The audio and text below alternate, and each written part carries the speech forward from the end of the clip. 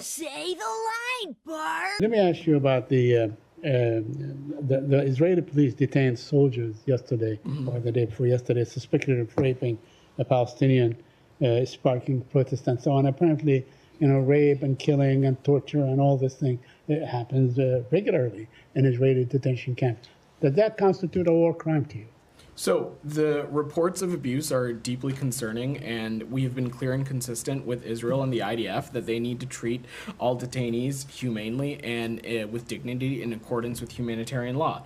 We also, I spoke a little bit about this earlier in the week, Said. We reiterate the support that that the IDF is investigating some of these allegations of serious abuse of Palestinian detainees, and that is news that we welcome, and we're going to let that process, and we believe in due process, and we're going to let that process play out. Two quick points. Now, if proven to be true, that does constitute a war crime, doesn't it?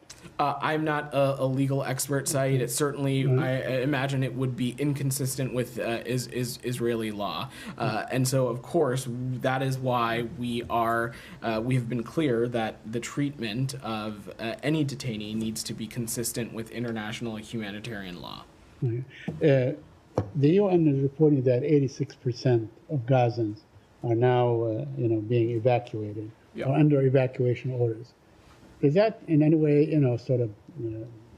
is there a disaster looming in the next few days, few weeks, and so on, as far as the humanitarian situation is concerned? Said, we've been pretty clear about the fact that the humanitarian circumstances in Gaza are incredibly dire, and that continues to be the case today. And that's exactly why we are pushing so strongly for a ceasefire deal to get across the finish line, because among the many things that it can unlock is an influx of humanitarian aid into Gaza.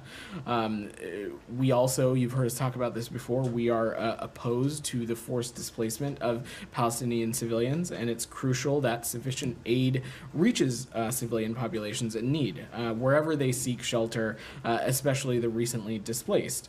We also believe, though, Saeed, that Israel has every right to defend itself and conduct certain military operations, and if part of that operation they feel the need that they need to make sure that certain areas or regions or neighborhoods are evacuated of civilians, that's certainly their prerogative to conduct that operation in that way.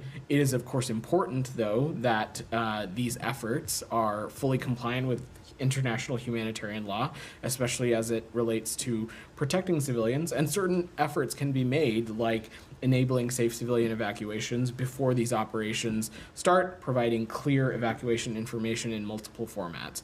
So these are things we're going to continue to stress and highlight with our partners in the IDF. Just a quick follow-up on Olivia's question regarding the talks now, the ongoing negotiations.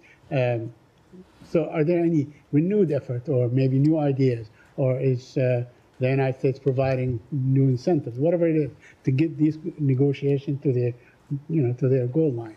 I'm just not going to speak to the specifics of the process, Saeed. That would be unhelpful to it. I will leave it at, again, we are working tirelessly for a ceasefire deal to happen. We think it can unlock a great deal for the region, and we'll continue to work these efforts around the clock.